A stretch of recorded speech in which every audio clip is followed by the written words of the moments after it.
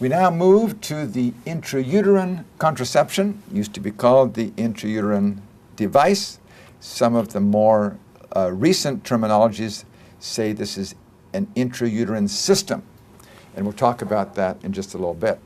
The intrauterine device was a term given to an inert silastic device, which did have no medication particularly attached to it. All of the intrauterine contraceptives today have either copper or levonorgestrel. So they are a system which conveys medication to the patient. So IUS you may see as much as IUD. Here's our case. A 30-year-old with Crohn's disease who periodically requires steroid therapy seeks advice regarding contraception. Do you think a patient who is on steroid therapy, who may have suppression of their immune function, should be on intrauterine contraception? Some of the concerns regarding the PID would make you wonder. She has had 3 pregnancies. A subserosal fundal fibroid was noted at the last cesarean. Now, if she has subserosal fibroids, could she have a submucosal fibroid?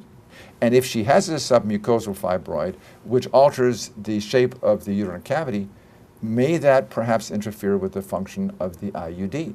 And I suspect it would. You really need to have a normal-shaped uterine cavity. She is in a mutually monogamous relationship, she says, but was treated for chlamydia 2 months ago.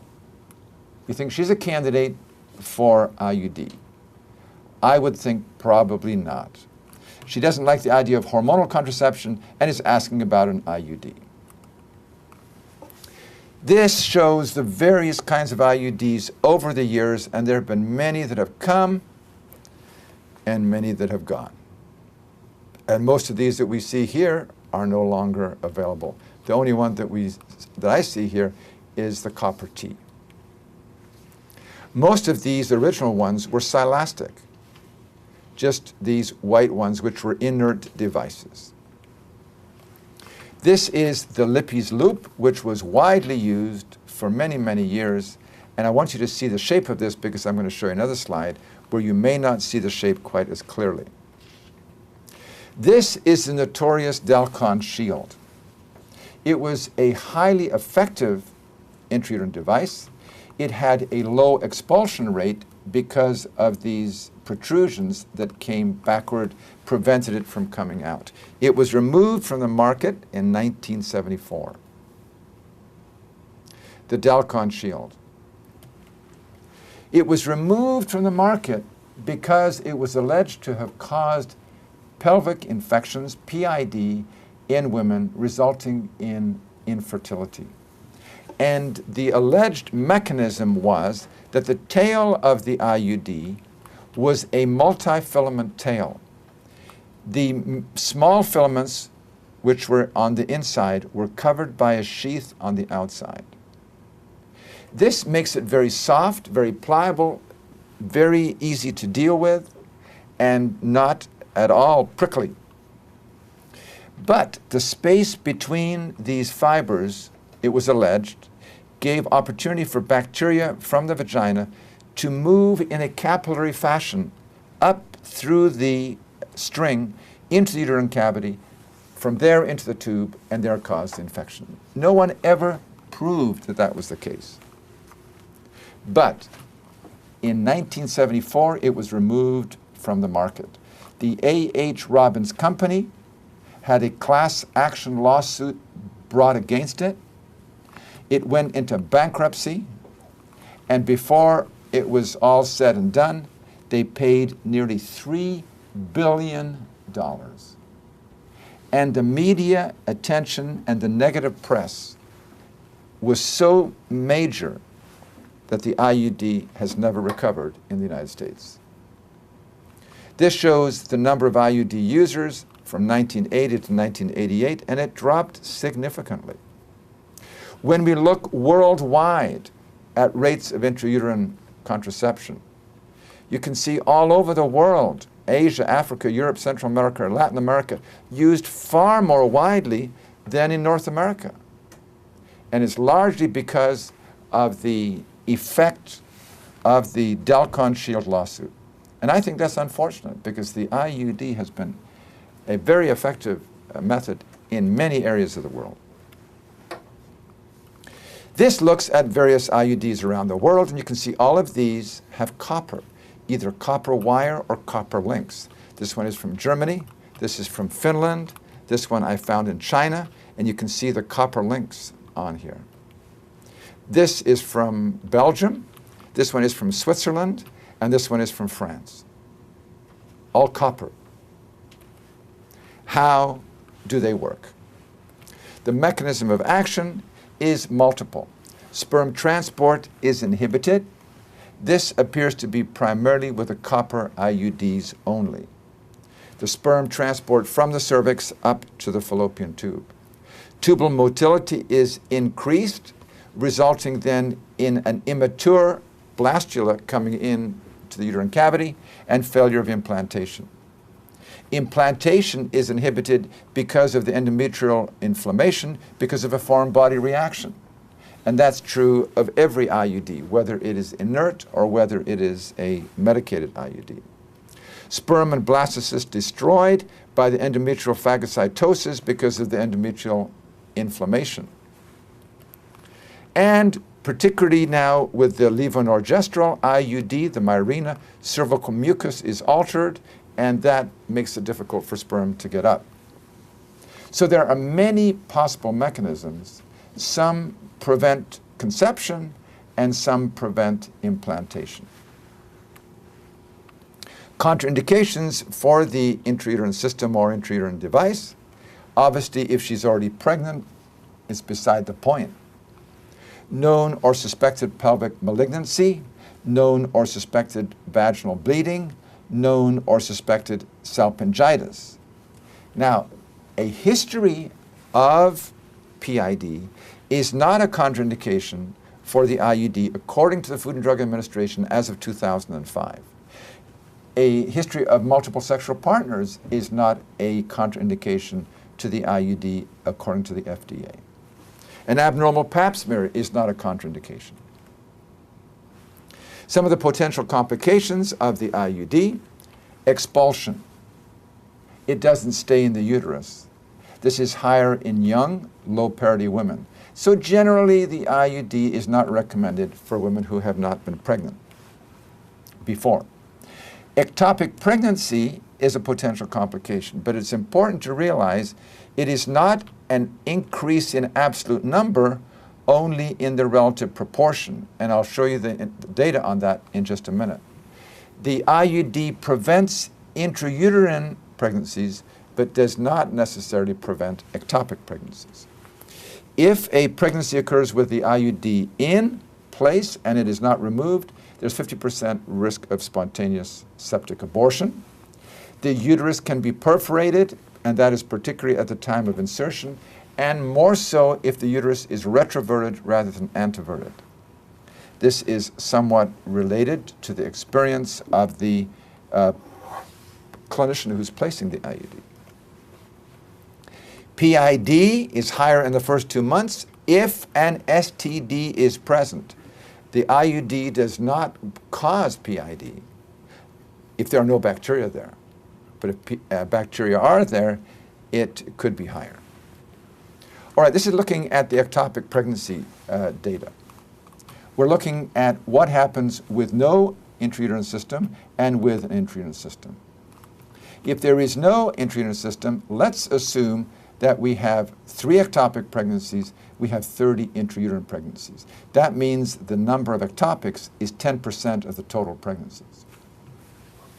If we have the IUD in place, it does not prevent the ectopic pregnancies. There's still 3, but the intrauterine pregnancies are decreased, so we have 3 intrauterine pregnancies. The percentage of the pregnancies which occurred, which are ectopic, is 50%. So the proportion of pregnancies that are ectopic would be increased, but the absolute number has not. Do you see that? It doesn't prevent extrauterine, but it does prevent the intrauterine. There are only 2 options in the United States currently in terms of the intrauterine device or intrauterine system. There is the Paragard or the copper, which is in a T-shaped, and this has copper on the shaft and on the transverse bar. This is good for 10 years. And the levonorgestrel IUD or LING IUS, which is trade name Mirena, has levonorgestrel in this capsule right here. This is released gradually over 5 years. Its effect is primarily on the cervix and the uterus. It does not raise peripheral blood levels high enough to suppress gonadotropins. Here we have the copper IUD. How much do you think it costs to make something like this? Probably a few cents, maybe 25, 50 cents, if even that much. You know how much it costs? You want to buy one? It costs about $300 to $400. So what are you paying for? You're paying for liability insurance because of the concern of lawsuits. The arms of the IUD are bent back when it's being inserted, and when it gets up into the uterine cavity, those arms will then go out and will keep it in place. The string, which is really a plastic, which is coming out of from the IUD, it hangs out into the vagina so the patient can feel and make sure that it is still where it's supposed to be. These are various ultrasound pictures showing the T in the uterus. This is a copper 7. And so if you're concerned, is the IUD lost? Is it in the uterus? Ultrasound can be very helpful for identifying if it's there. And here you see a nice T-shaped. Now this is a fragment of a IUD which was somehow left in the uterus. And you can see it with the ultrasound. Would you like to be confident for today, for tomorrow, and the next 5 years? Why, all you need to do is use the levonorgestrel releasing intrauterine system, IUS, 20 micrograms a day of levonorgestrel. This is how it fits into the uterus. According to the manufacturer, these are the 3 methods of action, and we've talked about this.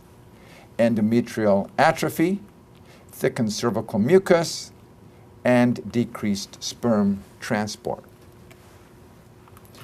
The levonorgestrel IUD, because of its effect on endometrial atrophy, can decrease the number of bleeding days per month, and you can see comparing the copper versus the levonorgestrel IUD, the IUS, there's far less bleeding with the levonorgestrel. So the Mirena can be helpful for decreasing menstrual flow.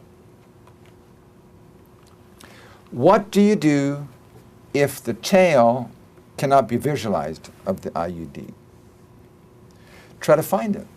And you reach up into the uterine cavity with a probe. It's like a crochet hook, a little hook on the end of it, because it's quite possible that the tail could be pulled up into the uterine cavity. And here you can see the IUD in place as it should be, but the tail is pulled up. Were you able to find the tail? Well, no, you couldn't. Now what do you do? Then you want to do some imaging. Ultrasound is helpful. I showed you some pictures. Is it in the uterus anyway? Now this is a copper 7 IUD. And this one has almost completely perforated through the uterus. This is the uterosacral ligaments, which are down here. This is a laparoscopic view. Okay, it is not in the uterus. Is it in the abdomen? And an X-ray can be very helpful to find this. Here is the copper. You can see the T-shaped here. These are the copper bands. Now the uterus is going to be midline. This is clearly not where it should be. It's not in the uterus. And this is an MRI, which also shows that the IUD is not where it should be in the uterus. It is outside. So now what do? It's laparoscopic removal. You better go in there and take it out. Now, on the silastic inert IUDs, they probably didn't have any big problem to leave them in there. But if you have a copper one, could it induce an inflammatory response? Could you have scarring and perforation? Possibly. This is the Lippes loop I wanted to show you, and you can see it's kind of hidden here, but these are the curves of the Lippes loop. What is this here which is surrounding it? This is the omentum, and the omentum is like the policeman of the abdomen. Whatever the problem, it'll take care of it. If it is an infection, it will wall it off. It is a tumor, it will take it on. If it is a foreign body, it will surround it. And that's what this is doing here. It's surrounding the IUD with the omentum. In fact, if you wait much longer, you may not even be able to find it. You can't even see it. This was a very interesting article. This is from the Ceylon Medical Journal. This was a copper IUD. You can see the copper on the T, which was placed into the uterus. At least that's where we think it was placed. The patient had urinary symptoms and finally had a cystoscopy. And what did we find? But the IUD was in the bladder. And you can see it is forming a cystolith, or a bladder stone, around one arm of the IUD. That's got to be kind of rare. This is a patient who I did this ultrasound on, and this was an obstetrical ultrasound. This is the head of the fetus right over here, and I saw this linear density, which was in front of the head. And I thought, this is kind of interesting. Took another view, and it looks as if it may have a T-shape. So I said, well, let's find out. Maybe it's an IUD. So we did a pelvic exam, and in fact, there was an IUD which I took out. And I asked the patient, I said, when did you have the IUD put in? She said, I didn't have any IUD put in. Well, she was from Mexico. And I found out since then that in some areas of the world, women are not asked after they have their baby, do you want an IUD? It is just put in. The doctor's paid so many pesos or so many whatever amount of money, and the patient has the IUD in. Have you heard of babies coming out of the uterus when they're born with an IUD in their hand? Actually, there's no way that can happen, because if there is an IUD, it will be between the membranes and the uterine wall. The fetus is on the other side. It really won't come out holding it. Okay, the IUD is in the uterus. The pregnancy test is positive. What should you do? Recommendation is to just get an instrument, grasp the tail, pull it out, remove it. It should come out very easily. Otherwise, you will reduce the risk of spontaneous septic abortion from 50% to 20%. So take it out. Don't leave it in. This is a sulfur granule. This is seen from time to time on the pap smears of women who have IUDs. This is a gram-negative bacteria called actinomyces, and you can see all these inflammatory cells which are around. But this is a sulfur granule. What do you do with a sulfur granule? What do you do with actinomyces? Do you need to treat it? Patient is asymptomatic, and the latest recommendations by the CDC are you don't need to take the IUD out, you don't need to treat it. If she's asymptomatic, just leave it alone. That would be a good board question. Actinomyces and sulfur granule. That is the end of intrauterine contraception.